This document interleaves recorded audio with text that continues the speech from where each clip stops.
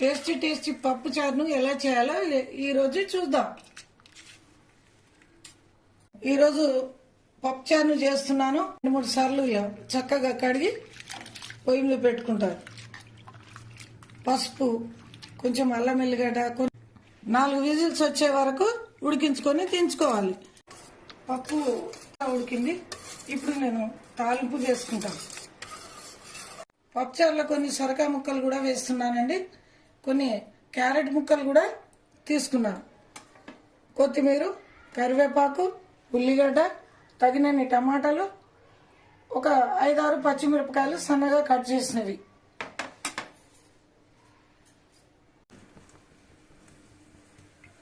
పప్పుచారుకు తాలింపుకు తగినంత ఆయిల్ పోసుకుంటున్నాను. తాలింపు గురించి జీలకర్ర ఆవాలు వేసుకుంటాను.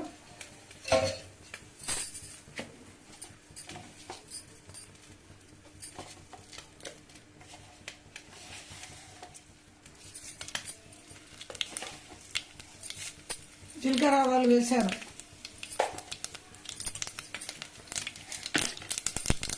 తర్వాత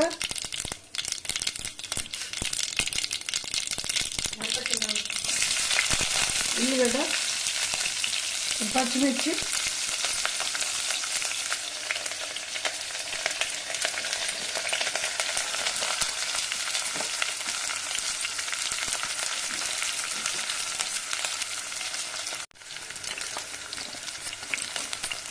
మనం కట్ చేసుకున్న క్యారెట్ ముక్కలు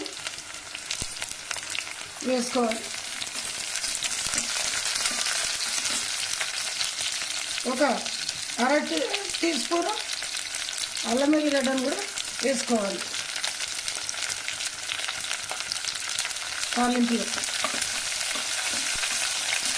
వేసుకొని కలుపుకోవాలి.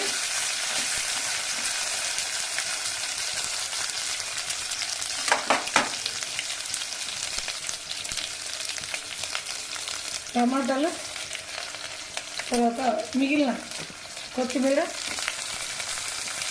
కరివేపాకును కూడా వేసుకొని కలుపుకోవాలి.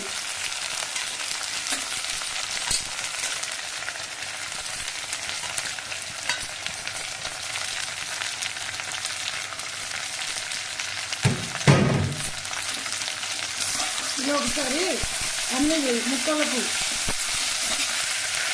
ఒక 5 మినిట్స్ గోలిన తర్వాత కొంచెం పసుపు వేసుకోవాలి.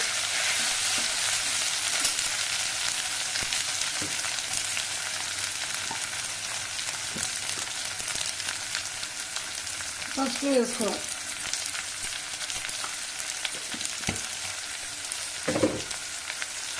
తగినంత ఉప్పు వేసుకుంటాను.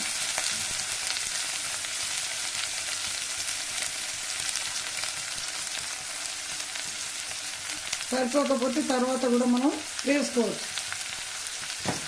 కొంచెం పచ్చిమిరపకాయలు తక్కువగా వేసాం కాబట్టి కొంచెం కారం కూడా వేసుకుంటున్నాను సాంబార్లో, పప్పు చారులో.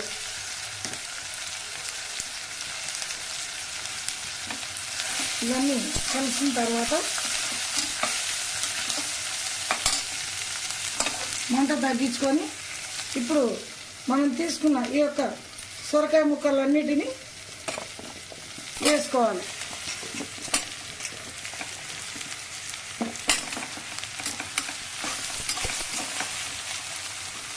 ఇలా అన్ని ముక్కలు ఒక 15 నిమిషాల వరకు ఉడికించుకోవాలి. ఉడికించుకున్న తర్వాత చింతపండు పులుసును నేను కలుపుతాను.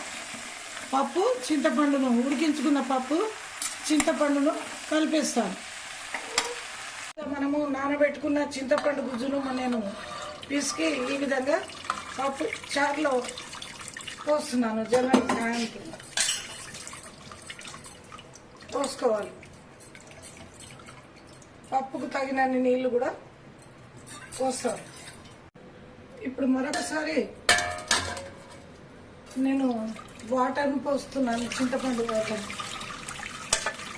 సరిపోయేంత. పప్పుచారు రెడీ అయిపోయింది. చారును ఈ విధంగా మసలనివ్వాలి సన్న మంట పైన. ఈ విధంగా మరగడం వల్ల పప్పుచారుకు చాలా టేస్ట్ వస్తుంది. పప్పుచారును నేను సర్వింగ్ బౌల్లోకి సర్వ్ చేసుకుంటున్నాను. వేడివేడి పప్పుచారు రెడీ. ఈ వీడియో కనుక మీకు నచ్చినట్లయితే లైక్ చేయండి, షేర్ చేయండి, సబ్స్క్రైబ్ చేసి బెల్ ఐకాన్ క్లిక్ చేయండి ఫ్రెండ్స్.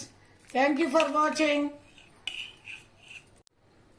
ఈ పప్పుచారులో కొందరు ములక్కాయలు కూడా వేసుకుంటారు. ఇంట్లో నేను ములక్కాయలు ఇంట్లో లేనందువల్ల నేను వేయలేదు. సొరకాయ ముక్కలు అంటే మా ఇంట్లో ఉన్న అందరికీ కూడా చాలా ఇష్టం. అందుకని సొరకాయలు వేసుకొని పప్పుచారు చేశాను.